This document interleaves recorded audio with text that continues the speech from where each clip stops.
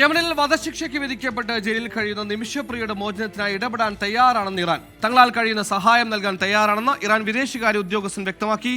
അച്യുതൻ ഡൽഹിയിൽ ചേർന്നു. അച്യുതൻ, നിമിഷപ്രിയയെ തിരിച്ചെത്തിക്കാൻ ഇപ്പോഴും പ്രതീക്ഷയുടെ ഒരു വാതിൽ അവിടെ ഉണ്ട് എന്നാണോ മനസ്സിലാക്കേണ്ടത്?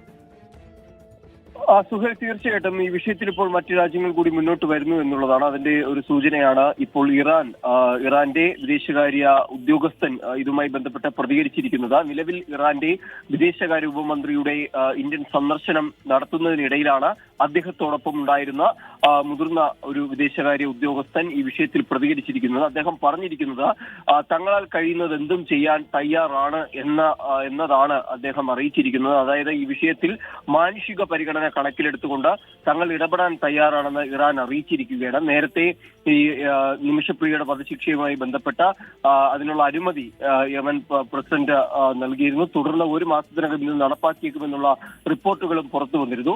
ആ ഘട്ടത്തിൽ ഇന്ത്യയും ഇക്കാര്യത്തിൽ ഒരു വ്യക്തത വരുത്തി. അതായത് നിലവിൽ സഹായങ്ങൾ നൽകുന്നുണ്ട് ഇതുമായി ബന്ധപ്പെട്ട എന്നത് ഇന്ത്യൻ വിദേശകാര്യ മന്ത്രാലയം വ്യക്തമാക്കിയിട്ടുണ്ട്. ഇപ്പോൾ ഇറാൻ കൂടി ഈ വിഷയത്തിൽ ഇടപെടാൻ തയ്യാറാണ് എന്നത് അറിയിച്ചിരിക്കുകയാണ്. അച്യുതനാണ് വിശദാംശങ്ങൾ നൽകിയത്. വിഷയത്തിൽ ഇടപെടാൻ തയ്യാറാണെന്ന് ഇറാൻ കൂടി വ്യക്തമാക്കുകയാണ്.